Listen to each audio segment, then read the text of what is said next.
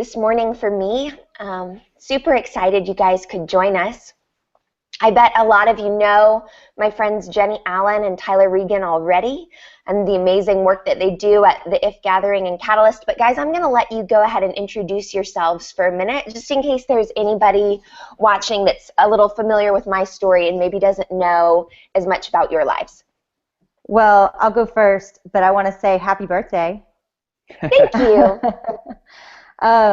So yeah, I mean, Katie, it's such an honor to be here because you're such a big part of my story. I was at a place in life where my husband was in ministry. We were in ministry together, leading a church, and just came to a place where I realized I had been controlling my life and not just not surrendered to God. And I found your blog years ago, and before you had a book, before everybody knew about your ministry, and it wrecked me. I mean, I'm sitting there on the bathroom floor and reading it in the middle of the night. Just stayed up all night reading it, and it just changed my life because I think what had been happening was I had known deep down that there was more, but I didn't know what it looked like to go into that. And so honestly, If Gathering is a result of that at that time, just surrendering and saying, God, I'm going to obey you whatever it costs. And so we, stepped forward in a lot of different ways to obey God and to live out the calling that he had put in me.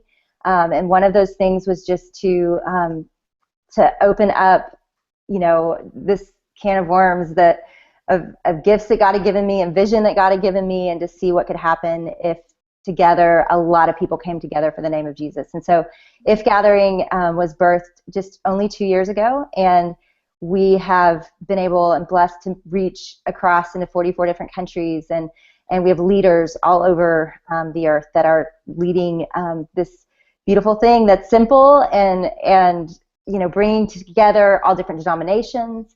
And so we gather once a year in a big scale, but we also have little If tables and that kind of thing as well. And we also do If Equip, which is a daily devotional and Bible reading. So fun, and I just feel like it's different than Uganda and different than what Tyler's doing, but it's beautiful how God's body is so diverse.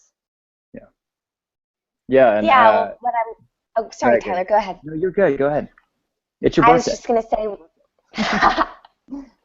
it's not anymore here, but I'm so glad that you still think it is. In America, it is your birthday, Katie.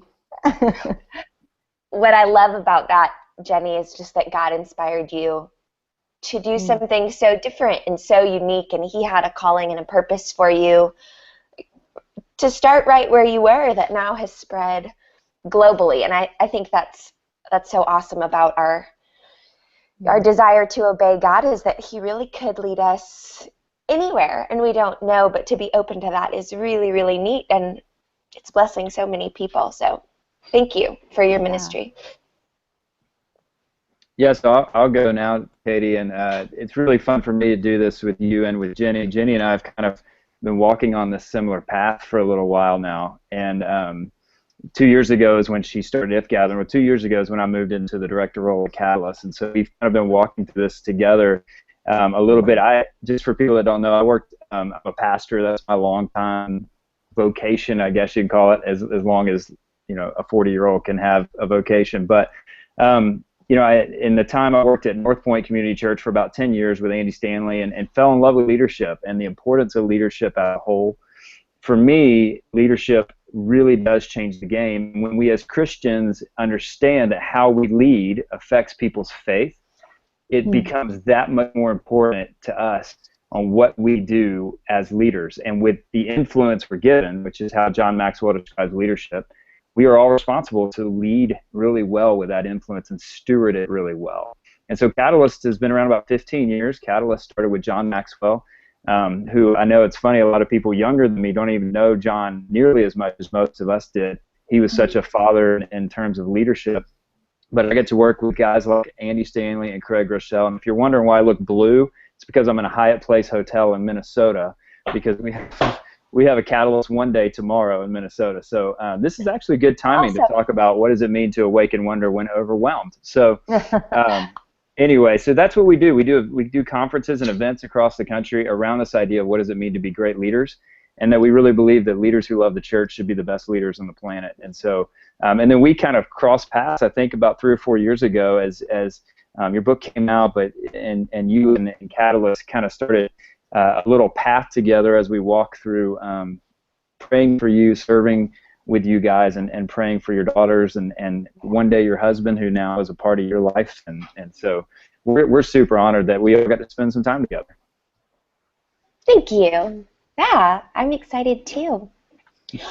Well, I mean, I'm imagining that everybody can kind of understand now that you're both in positions where you might possibly sometimes feel overwhelmed, and that you would be great people to acknowledge that and talk about just what that means. And I think that's something that so many of us experience regardless of our position in ministry or at work or in our community or in parenting. Life is fast and it's busy, and it's so easy to feel overwhelmed. And so Catalyst's theme this year was Awaken the Wonder, and I think that's such a great picture. How often is it that we have moments maybe of marveling at the wonder of Christ, or even there's the moment when we really finally feel like we get it and we understand what he's about, and that wonder is so real, but it can get kind of lost in everyday life. And so I guess the first question I kind of have for you guys is, when do you feel most overwhelmed? What are the things that just overwhelm you?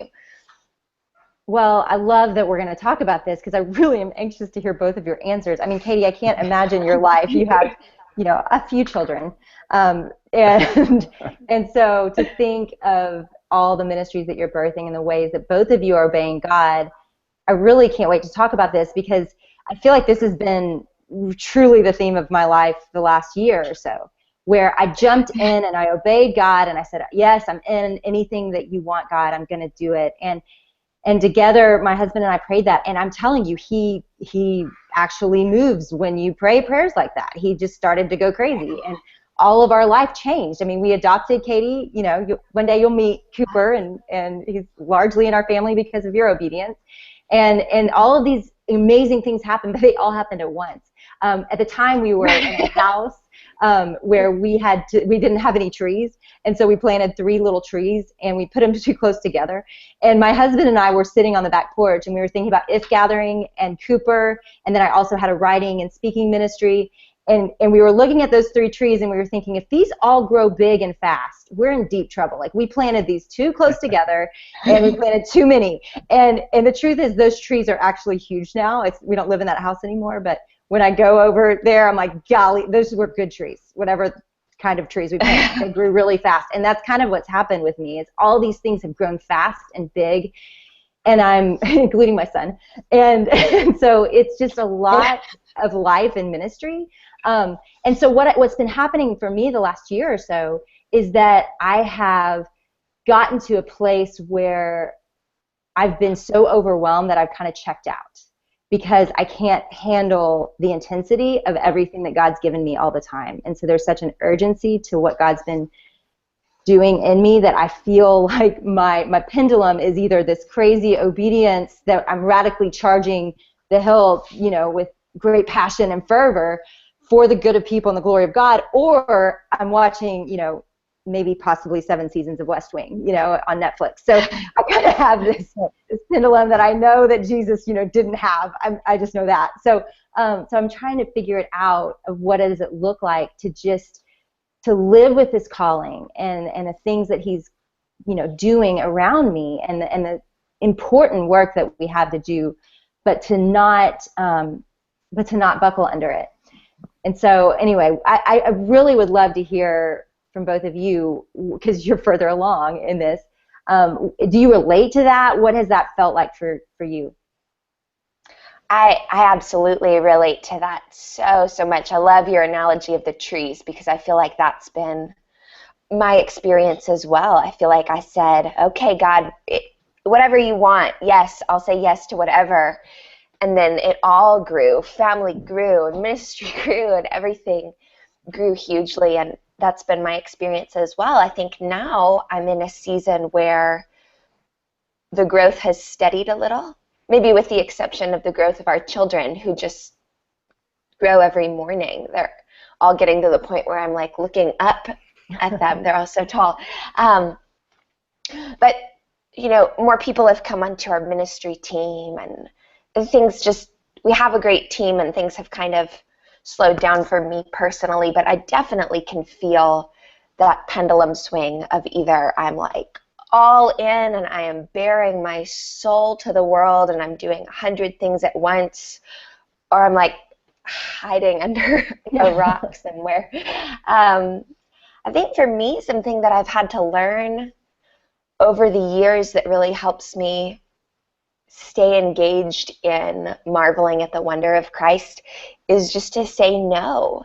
And I think for a long time, I think I believed that I had to say yes to everything, every opportunity, every friend who needed something, every get together, every coffee with someone looking for encouragement.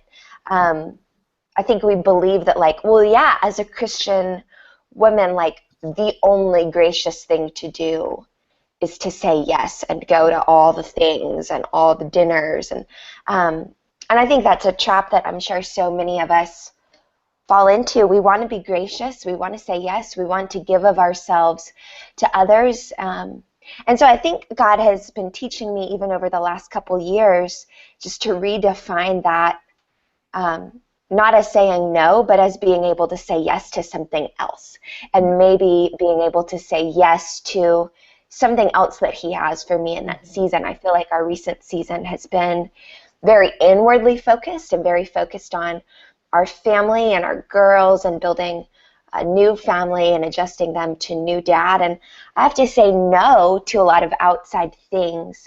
And I think God's kind of redefining that for me, that instead of in my mind I think, oh, I always say no, to say like, no, you always say yes to your family, which is what I've asked you to do now. So I think there's a lot of discernment that comes in that, and really saying, okay, Lord, what is it that you have for me right now in this season? Because it's not always everything. And we see that that's biblical as well. There were times when Jesus did not do everything. There were times when Jesus walked away from the crowd, and granted, they were short-lived. He seems to have always gotten kind of pulled back into the crowd, which is the reality of life. But there were seasons where he could say no to one thing in order to say yes to time with his Father. And I think for me, it's been really important to kind of learn that. Well, and I would add to that too. One of the interesting things as a dad, when I've got a lot of young team members at Catalyst, that's kind of one of our things, is having a young team, and I want them, whether they're single and have not experienced the things that come along with having a family and the pressures or the weight that carries with it. Because I tell them all the time, I learned this from Andy Stanley, that there's things I can delegate at work, but I can't delegate the things at home. Like, I don't want to. Those are my job, to be their dad and to be my wife's husband. And there's nobody at the office that can fix that or do that or take that away. And so learning how to be able to actually let go of things at work so that I can give my best. And a friend of mine taught me that having a trigger when I go home, like a sign on the billboard, like a halfway spot on the way home, where I try to trigger my brain off of work. And that, even when it comes an overwhelming season, that's even harder, because there's a million things that are requiring my attention. And leaving at 4:30 to get the 2 hours that I promise my boys every day the best I can, that's even harder in those overwhelmed seasons. And then, so I totally, both of you, and Jenny, I feel the same way in terms of when God's putting me all in, or he's doing these things. But there's something I learned. I'm a big fan of Right Path, which is a personality assessment. And one of the things I learned about it's just some self-awareness for me, was my personality is one that when I get to the end of the day and there's a million things going wrong, or the world is happening around, and the best way to say it or describe it would be eat, drink, and be merry. That's my personality, right? So when I leave at 5, if it's all crazy, it's still going to be crazy tomorrow. So I'm just going to go and not worry about it, and life will just move on, whatever. That's great sometimes, but it's not always great, because my team, it'll tell you, like, my favorite phrase is, we'll figure it out. Well, I just kind of feel that way, like, we'll figure it out. But they need me to be a little bit more connected to that sometimes, you know what I mean? So there's a way to eat, drink, and be merry and move on and just let the overwhelmness disappear, or at the right times engage with the overwhelmness and try to figure out, am I overwhelmed simply from the weight that I'm carrying? Because that doesn't go away. Yeah. Which honestly, that's probably the heaviest part of my life, where I feel the most overwhelmed, is a constant feeling of weight of stewarding a platform that God's given us to steward. But the freedom comes with that, and where I feel wonder consistently is when I sense that it's easier to hand it off to God than for me to try to do it myself. Mm-hmm. And it's better. You know what I mean? Yeah. Yeah.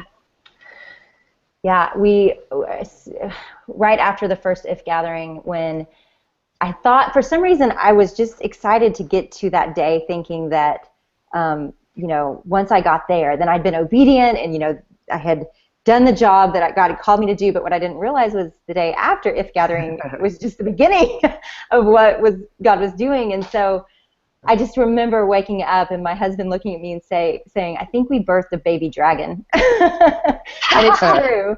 It's true. It has been. And it's growing fast, and it is wild. And so what I did was I just kind of sank into this dark place. And so I know, Katie, you have to do this with us. So Bob Goff, shout out to you. We're inviting Katie Davis to your house. But Tyler, I know you did this last year, but but I got to go to Bob Goff's house, which is just almost like Disney World. Totally. It's just the most fun, happy place in the whole wide world. But I was not happy. This is right after the first IF. And so I'm on the boat, and there's like people singing and dancing, and I'm getting off. I don't even know where I am, somewhere in the middle of nowhere, Canada. And I get off, and I think to myself, I am not happy, and I'm in a very happy place. What am I going to do in the land of the happy people? Not happy. And so I just prayed. I was like, God, there's probably something I'm not believing about you, because this should not be so heavy. I should not feel this overwhelmed. It should not feel like the most cumbersome. It says that his burden is easy and his load is light, and his yoke. And I just think, no, this was not light and not easy. And so I just said, God, I'm open. I want to learn what you have for me here. And I mean, the most beautiful journey there of him showing me that I had been performing for God rather than adventuring with God. And I had to shift from this performance that I thought he wanted from me, because what happened for me is I realized the lights came on. I wanted to obey him. I wanted to be all in. I wanted to make a difference. And I think so many of us do this. I think we look around, and Katie, some of us look at your life and think, oh, if I were just making a big enough difference, like if I had adopted children, or if I lived in Uganda, or if I did it this way. I think there's always this fear that we're missing the will of God, and that we need to do it perfectly, that we need to do it better.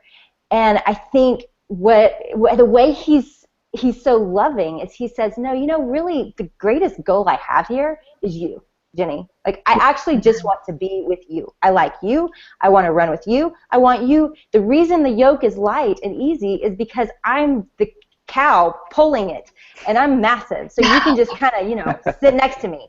And it was just this huge shift to where I couldn't have willed myself to quit being overwhelmed. I couldn't have preached myself to a place of just sheer happiness and freedom, unless I just numbed out and I don't know, started drinking heavily. I don't know. But what he did was he shifted my view of him, and he showed me where I was believing wrongly about him. That's amazing. I actually have been to Bob's house, but I will go again with you. Let's do it. If I can bring my husband.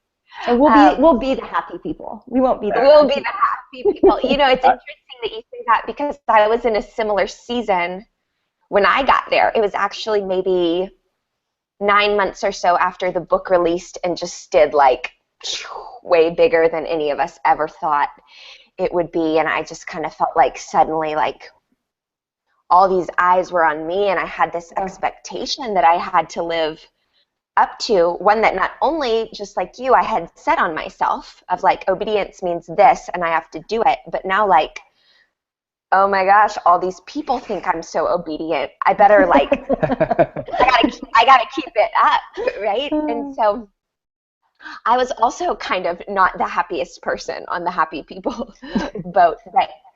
even I really resonate with what you're saying, even probably over the last year and a half. It's interesting. I was just writing about it this morning. About a year and a half ago, God just spoke very clearly to me from Isaiah 44, behold, I am doing a new thing. And I thought, like, well, of course you are, because I'm about to get married, so duh, that's a new thing. But what I didn't perceive, what it took me a long, long time to perceive, is that he was kind of bringing me out of the spotlight and into this very kind of lonely time of really, like I said, pouring into family a lot instead of doing, ministry's going great and we have great staff and it runs and it grows and it does its thing and God is so evident, but kind of outwardly in my life, nothing was really accomplished. There wasn't, we have this dream of the school, but it isn't built yet. And like sponsorship didn't really grow. And like ministry wise, things kind of stayed like this. And so I guess my human perception is to go like, what new thing? Like nothing's happening. But what I didn't perceive is he was doing a new thing in me, in my heart. And he was teaching me things in my own heart. And he was teaching me more and more every day to see my kids through his eyes. And he was giving me his strength to parent them when I didn't feel like I could anymore. And he was giving me his strength to love them when that seemed like the weirdest thing to do. And I love that because yes, he wants our obedience and he wants our hearts, but like so much more than that, he wants us to sit next to him. He wants to be with us. He wants us to know him and know that he already knows us, and have us really understand and appreciate like, oh, God knows my heart and he likes me. Yeah. And there is a huge shift between the idea of I'm doing this for God to I'm doing this with God. We're doing this together. And I find that for me it kind of goes like this, in that I get so overwhelmed and so overwhelmed and so overwhelmed and feel like I'm carrying the weight and the weight's getting heavier and the weight's getting heavier. And then graciously God always kind of brings me to a point where it's just too heavy and it's just too much and I just can't do it. So I start like dropping things. Yeah. And then this crazy thing happens where he like picks up the things. Yeah. And it's like my reminder of like, hey, you didn't have to carry that in the first place. I put you in this place all along so that you would just be dependent on me and walk behind me and walk beside me. You didn't have to carry all of it. And then the weight kind of starts coming off until it's completely lifted. So it's almost like sometimes this overwhelmed place is good because it kind of leads me to the place where it's like all crashing down around me and God gets to pick up those pieces and he's glorified in that way. Yeah. Well, and he, the reality and part of this wonder idea for us is as we get older, we just lose it. One of the books that I read from as we were talking about this is the idea that most of us are in ministry full time, and we talk about Jesus and we read about Jesus and we teach about Jesus and we do these things, and yet, and the line that has pierced my heart ever since I read that book in college was, yet we've mastered the art of mimicking aliveness. This thing just pierces us where we just go, oh, we got to look good, we got to do good, we got to be these things. And Katie, you and our kind of worlds are probably opposite, to where I was on the other end of that. Like you were thrust onto the eyeballs of people early in your life and in your ministry. For me, I've spent 20 years working at a church, doing my thing and trying to plug away. I felt overwhelmed at times by not being potentially in that place of calling, that long-term place that I feel like God's wanting. And I think there's a lot of people that sit in between that tension of, okay, so wait, all you guys are doing these things now where everybody knows you or works for, gets to come to your things, and it's funny because people are still like, where'd you come from? Like, you're like a quote-unquote overnight sensation, and you're like, sure, sensation, no. Overnight, no, not either. It's been 15 years of God preparing me. And truthfully, it's the first time in 15 years that I've ever felt settled in a calling for a season. You know what I mean? Like, there's not a next step necessarily. Yeah. Well, now there are a lot of eyeballs asking, like, with ideas. And you know, the great thing with eyeballs is it usually brings cynical and critique. I just don't know anything about it. I mean, maybe some people experience that. Honestly, you know what? There has to be an infused calling to deal with critique, because you have to be able to settle with it and go, God, I want to take. I don't want to just dismiss it. I don't want to just dismiss the people. I know there was a lady that asked a question on Twitter. She said, how do you respond when people get mad because they say no? Well, the reality is you have to embrace this calling and this thing that God's put in your heart, because the number of people that want to tell me how to do Catalyst better or different, or they didn't like this and they didn't like that. I mean, everybody has an opinion about it. I have to wrestle with those. I don't want to just dismiss them, but I've got to have voices in my life that I can trust to give me honest feedback that I want to listen to. So in a sense, creating a little circle of, again, I need some people in there that are going to disagree and push back, but it needs to be a circle. I can't listen to everybody. I have to have people that are going to be honest. And so even when I know the question is, how do you, if somebody gets mad at you when you say no, well, one, they're probably not in the right circle. Or if they are mad at you for saying no, then, and they are in that circle, then there's something you've got to pay attention to and realize, man, maybe I need to listen to this a little bit. You know what I mean? Sure.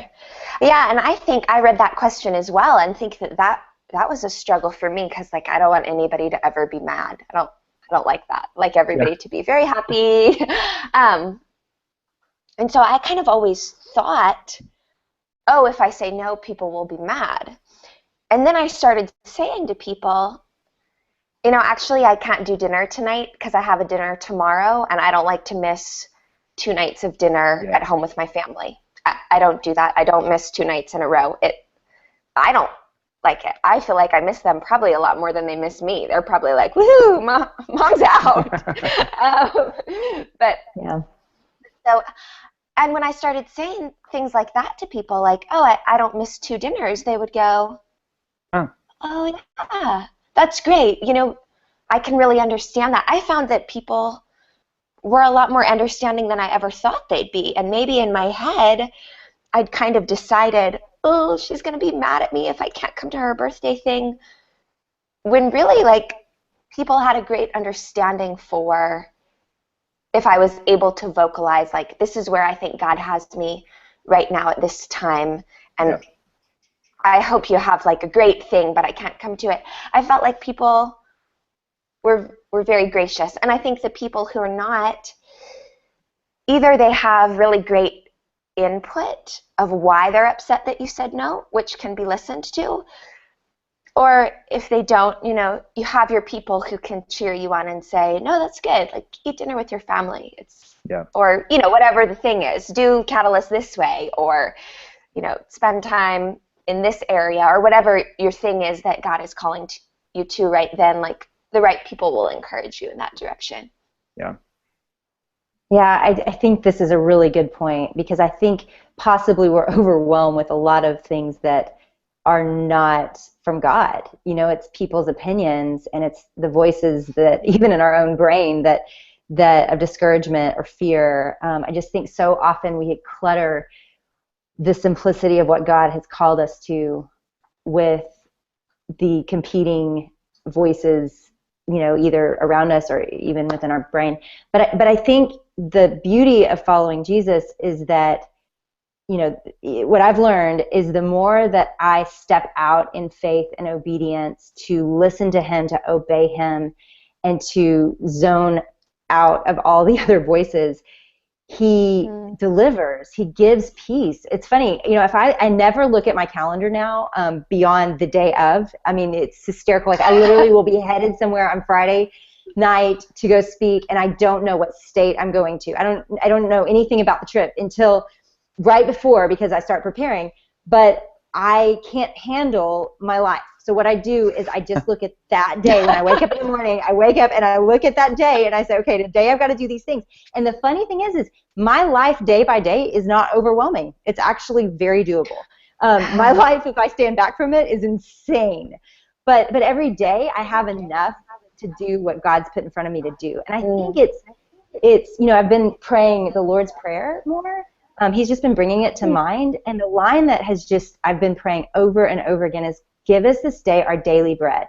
Yeah. Because I think how simple and true. Like if I just say, God, today would you give me what I need to do today, emotionally, spiritually, physically, mentally, he does. I mean, I can't look back at a time or day in my life that he has not given me what I need. Yet, I worry about it all the time. So how ridiculous, you know? It's stupid, really. But he is so good like that he just delivers what we need, but only when we need it, darn it. You know, I was going to jump in for a second. This summer I was at the beach and with a family. It was on vacation, and I was praying about Catalyst Atlanta, which was 4 months away. What do I do? What do I need to do? What do we need to be going? All the pace, direction, where we're going, all these things. And I literally felt like God said, I want to do something special, but I'm not going to do it if you and your team aren't on your knees praying. Had nothing to do with what I needed to do. It had everything to do with our posture. And you know what? It just changed the game for our team in terms of, we've been doing that, but an investment on our knees changed how we did what we did. And honestly, I felt like it was God in a sense saying, listen, it's for my glory. It's not, you know, and we get, you know what it created for us? It was tear down the name of Catalyst and raise up the name of Jesus. Tear down the name of Catalyst and raise up the name of Jesus. Well, that gave me a peace in a sense of just operating in this sense of going, okay, Lord, this is absolutely the most important thing for us to be doing right now. And I'm like Jenny, my calendar is not real fun to look at for the most part, and I've got people that help do that, luckily. But at the same time, you know, and you were saying this a minute ago, Katie, like when I first came over to Catalyst, I made it very clear this will be the times that I leave, unless there's an exception to the rule of a meeting or whatever. And I had no pushback. If anything, I was applauded and respected for saying, this is when I'm going to leave, because that gives me 2 hours with my boys, who at the time are, you know, 6 and 4. Now they're 8 and 5. Well, wait, when I'm added a year. But anyway, that's a priority for me that says I'm going to leave, and that gives me time with them. And every time I'm here, I'm going to try to do that. Well, you know what? That should become part of the culture at our company, where it's like, and I happen to be in a position to make that, but that was before I was even in the director position. So I think there's a priority piece of making decisions and cheating in the right places, but I think there's also just a focus piece and a posture piece that just gives you the ability to not feel that crazy, you know? Yeah, I'm actually reading this question that's come up from Meg that says, how do you conquer the fear of using people when delegating when does God honor delegation? What does God honoring delegation look like? And any of you that want to tweet in your questions, you can do that using the Amazima hashtag, and we would love to talk about them. But I wanted to read a verse. It was interesting. Just a few hours ago, I'm actually texting with one of my staff and teammates that is going through a hard day, and just honestly, I think just felt literally poured out, strung out by our ministry. And it is one of those 24-hour kind of things as all of us are in, with whether it's kids or ministry or a hard job or suffering people around us, we're pouring out. And I love what you said, Tyler, and this is the passage I sent to her, was not by might nor by power, but by my spirit, says the Lord Almighty, in Zechariah 4:6. And I love that verse because it's not in our effort. I think that's one reason we get overwhelmed, is we think we've got to measure up, we think we've got to use people, we think we've got to make something happen, we think we have to strive. And the truth is, God is like, my economy is completely different. My economy moves by spirit, and it moves in power, and it isn't by your might. And I think that just takes all the pressure off. Is when we are able to believe in the supernatural and faith, and believe that he can take little broken loaves and little baby fish and actually go feed 5,000 people, not because of our strength or power or time management or leadership skills or communication skills, but because of his might and his power and his strength. I think that shifts our relationships into not striving, into not using people, into a posture of prayer, like you were saying, Tyler, into a posture, Katie, like in your life where it's service constantly. Yeah. What has it felt like for you, Katie, as you, I mean, I can't imagine how many people need you, just physically need you, you know, mouths to feed, that kind of thing. How have you seen God supernaturally provide for you? You know, it's a lot like what you were saying. I had to learn very early on, like, you can only do what is for today. You can't even really think about what is for tomorrow, because you will just be hiding under the bed, essentially. You know, people say, like, well, how do you do that? You have so many kids, or you have so much ministry going on, or whatever. But I do it because, you know, I wake up and we have breakfast, and we just kind of do a little bit at a time. And God's been so faithful to continue to provide just like what we need for the day. And there are so many seasons of life that I look back at and go, what? How did we do that? You know, we've had so many people live here over the years, and just crazy families live with us, and homeless families live with us. And I look right now, we have a family living with us, but they're like really easy. So I look back at the times where we had very ill people living with us and go, like, how did we ever make that work? Or how are my kids okay? Or how did dinner get on the table? But it did, because God gave us our daily bread. And I think I've been really blessed. To go back to Meg's question a little bit, God has been so gracious to really put people around me who are excited and have a similar passion to mine. And that's not me given, it's God given. And I think that if I was trying to impart my passion for obedience or my passion for service on people and kind of make them do it, I don't think that would probably ever work. I think that God has raised up people that have a similar calling, and because they have a similar calling, they're willing to jump in and do the things, and it doesn't feel like I'm having to really make them do it. And I think a lot of it as a leader, and I'm sure you both know this, is like we serve together. Yeah. We do things together, and I pick up a little bit and they pick up a little bit, and that togetherness, I think, also helps it. It's not like any of us are really giving orders. We're just kind of all doing the thing, and everybody does their things to get it all done. And I think in that we feel like we can come to each other when we've had a very hard day or we feel poured out, and we know that there's encouragement in our team. And so I think, a huge part of that is just the Lord's blessing that he's given us. Yeah, and a huge really part of it, though, people. A huge part of it, Katie, is the way you lead. And the fact that you just said, without skipping a beat, you know, we've got a family living with us, you know, and they're easy.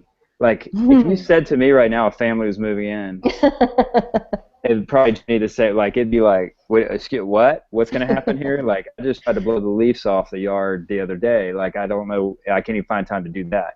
And I think that's what's been so inspiring about watching you and Benji and your family grow, is it's just the way you lead. It's just an incredible witness of someone who's given their lives to serve these people and the community you're involved with.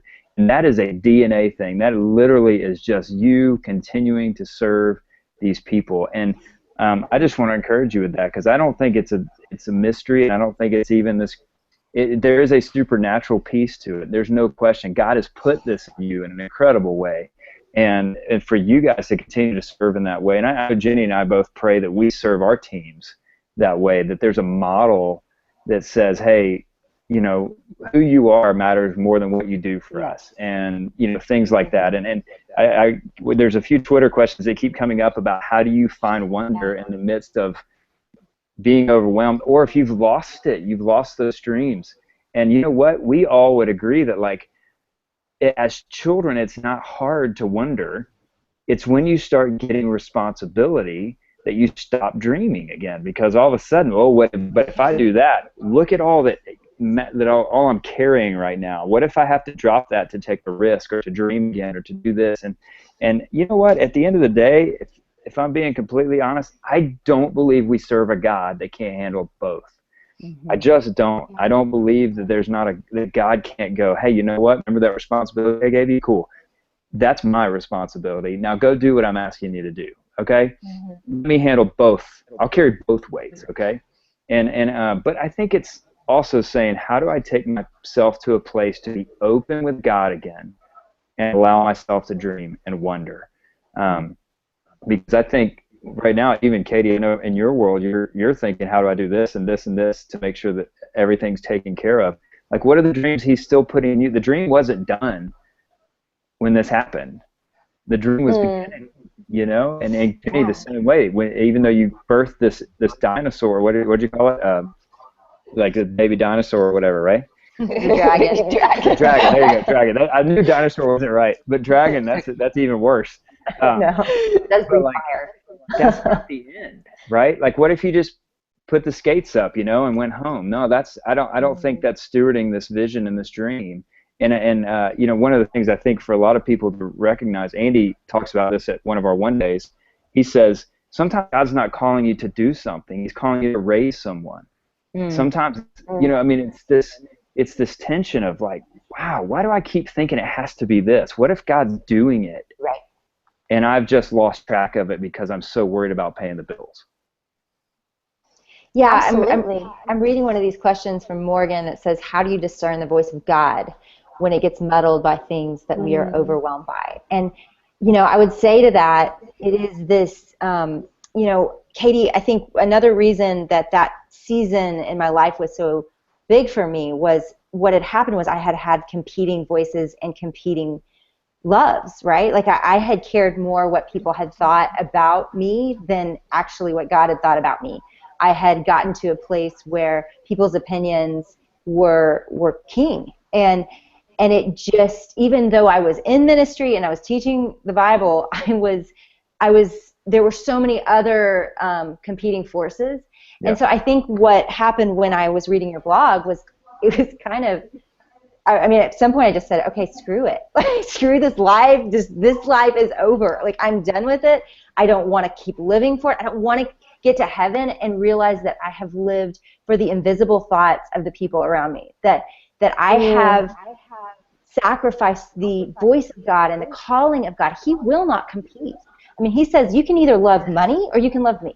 You can live for this world or you can live for the one to come. You know, he is pretty black and white that he's not going to shout over all of the things we love. He wants to be the main thing. And I mean, I want to honor you that your obedience modeled that for me in a way that God used and got through to me that I hadn't been able to see before. Yeah. But I know that it's not easy for you either. Even in Uganda, you know, there's competing voices and things that get in the way. Yeah, absolutely. I think my journey has looked similar but a little bit opposite to that, is that somehow I see it in some of my kids, you know, and I laugh about it. I have two very, very dear friends who have been here for 7 years, and we walk life together closely, and we sit all the time and just laugh and think, like, remember all the things we thought we could do when we were 18? And we just did not. I mean, we just like fully and wholeheartedly believed that we could just do anything that God put in front of us. And we just did all these things that now I'd be like, well, I have to be a responsible parent, and I have to, you know, what are people going to think? So I think mine's been a little backwards in that Jesus grabbed a hold of me really young, and he put these big things in front of me, and I was so eager to do them. And then really with kind of the launch of the book and the growth of our ministry, it was all the eyeballs on me. And then suddenly I felt like, responsible. Oh, I have to do this in a certain way to please certain people. And the critiques started coming, and I was like little and young, and I didn't know what to do with criticism. You know, everybody so far had been like, yeah, you can do it. And then there were these people that were like, no, you can't do it. You're crazy. And so I think mine was a little backwards than that. And I kind of look back at, you know, my 18-year-old self, and God has grown me in tremendous wisdom, and I have made so many mistakes that are great to learn from, that I hope so many others can learn from. But at the same time, like, I kind of admire just that freedom that I felt of, like, I can obey God's voice and God's voice alone, and it's fine. And it didn't, you know, and I think even now, like, maybe the older I get, the more I kind of wrestle with, like, oh, but I'm going to be on this Google Hangout at 4:30 in the morning. So like, should I wake up at 4 to put on mascara because all these people are going to see me? Or, that's a silly example. But I think the outside voices kind of increase the more your leadership increases. And so there's definitely that wrestle to like hold on to God's truth. But I think for me, when there is a season where his voice to me gets really muddled, I mean, it's time in his word that can't be muddled. And so for me, there are definitely seasons, and I don't think this is unusual, there are definitely seasons where I feel like there is no vision and there is no dream, and I don't know what is next, and I cannot hear you clearly, God. And then like his word is always so faithful to bring me right back. And I think a lot of people have asked me the question, and probably ask you guys as well, like, well, how did you know what your calling was? Or how do you know what God's saying to you? Or what if you miss it? Or what if you don't know? And that adds the pressure to feel overwhelmed and achieve. And I think, again, like, it's all there in his word. Someone told me, it was a youth group leader told me when I was 18 and deciding, I'd been in Uganda for a year, and I said, like, well, does God want me to move back there, or does he not? And she said, oh, I don't think he really minds where you go. I think he cares who you are. And I was like, okay, I was looking for a yes or no here. I'm trying to decide whether to move to the opposite side of the world. But I think about that so often. He cares who we are, and he cares about us, and we're not going to miss it. We're not going to miss his calling for us. Give us today my daily bread. That's like what he wants for us. That's what he gave us to pray to him. We're not going to miss out on that. So that's always really clarifying for me. One thought that came to mind for me is I had a time in my life about 12. Of course, I don't remember what 18 was like, so it's been a little while. But I was told, like, if you're not successful at this next thing or whatever, it's probably your personality. Don't blame the organization, basically. That was very kind. That's right. But you know what? That was a defining moment for me as a leader, and I'm going there for the reason of this is like I decided that day that I'm going to start calling out God's uniqueness in people so that they live into that. Because we all end up chasing not just other people's uniquenesses and their gifts, but their callings too. And the fact is, if you just take the thing that's handed to you right now and steward it to the best of your ability, then you are absolutely in God's calling, and you're not going to miss it. And if you sit in the Word and you go, hey, God, I need to be connected to you, but I also am just going to take this little bit of influence and I'm going to steward it to the best of my ability. And I'm going to quit chasing and coveting other people's uniquenesses and other people's wirings and other people's gifts and other people's callings. And we've all done this. I did it. I thought I was going to do this, or I thought I was going to do this. And God said, hold on, I got something better. Because the problem is most of the things we're chasing are okay. But he's got stuff that's best. And it's like, okay, well, maybe we should wait on that, So, and you know what? People are the same as organizations too. Organizations, as they mature and they grow, they're risky to start with. And then they start feeling the weight of what's at stake now, and they lose their innovation, they lose their creativity, they lose their ability to take a risk. And people are the same way. The longer we go, it's like, oh my goodness, are you serious? Like, we're going to lose. Look, I could lose this. I could lose that friend, or I could lose this calling or this platform or whatever. So, I know too, Katie, like I know we're supposed to kind of start wrapping up here in a second, but I wanted to say something, and I know Jenny and I both really believe this, and if you're watching this is a really important thing to Jenny and I and our organizations, is to just care for you and pray for you guys from such a distance. And it's just fascinating to me that you're in Austin, you're in Uganda, and I'm in Minnesota, which I've never been to Minnesota, so that's exciting. But like, to know that you're in Uganda serving, and we just want to continue to encourage people. Like, it's really easy for you to be in Uganda and us forget that you're in Uganda. And I say that as loving and caring. I mean, it's just life happens, and then all of a sudden you're like, oh, what's going on over there with Amazima? What's going on? what? Katie's not just Katie Davis anymore. Look, her title's different. Hey, like, go married, dude. Happen, right? You know? But so for those of you watching, like, please continually check in at Amazima. Make sure you're giving and supporting this, because it doesn't just happen. It's not just happening.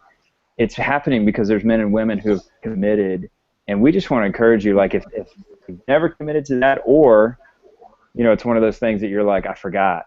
I sponsored a kid in Compassion, and the number of times, the months that go by, and I forgot to write him a letter, it just breaks my heart. And then I have, you know what I mean? It's those kind of things. Jenny, would you add anything to that? Absolutely. I love that you've gone there, Tyler, because this is why we're doing this, honestly. We wanted to help bring more attention to this ministry that we so deeply believe in.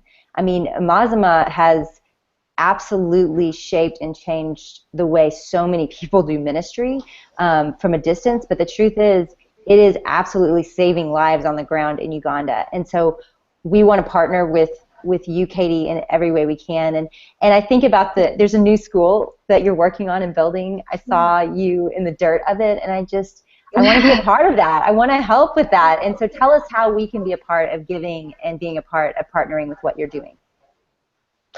Well, thank you guys so much. That means so much to me, especially because you both, you just inspire me to lead a kingdom-centered life, and you have these kingdom-driven ministries, so that's awesome. I think the best way to find out how to help is to go to our website at www.amazima.org. There's a lot of information there, and also a link to a separate website that'll tell more about the school. There are different things to donate to, and there are even different positions open for people that we're looking to hire.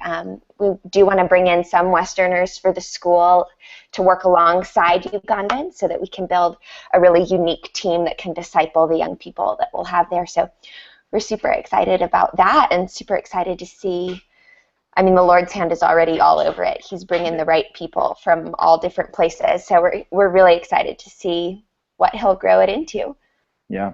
Well, if you don't mind, I would just like to pray for us as we wrap this thing up. And this has been a blast. We should do this more often. I know. I want to hang out all the time. I loved it. All right. I want to pray for us. Is that good? Yes, sir. Thank you. That's awesome. Let's pray. Lord, it is just an honor to get to spend time with Katie and with Jenny and all of our friends that got to sit in and be a part of this. We just continue to pray, Lord. Just teach us how to not lose the ability to dream and to wonder, even in the midst of crazy. God, may we just see crazy as another way for you to take the weight, for you to be God, for you to be glorified. May we just see the overwhelmed schedules, the number of people vying for our times, the number of times we get told no, whatever it is, God. May we see that as an opportunity for you to be glorified. And we just pray for Katie and Benji and the entire family there, and for Amazima as a whole. We continue to pray your blessing upon it. I pray that the way that community is impacted will last eternity. And we're just grateful that we got the time to spend together. I pray that she has a great day now that she woke up at 4:30. And so we love you, Lord, and we praise you in Jesus' name. Amen. Amen. Gosh, I'm thankful for you guys. This was fun. Yeah, thank you guys. I'm blessed by time with you. I think I'm too happy now to go back to sleep. So maybe I'll go be super productive. All right. See you guys later. Bye-bye.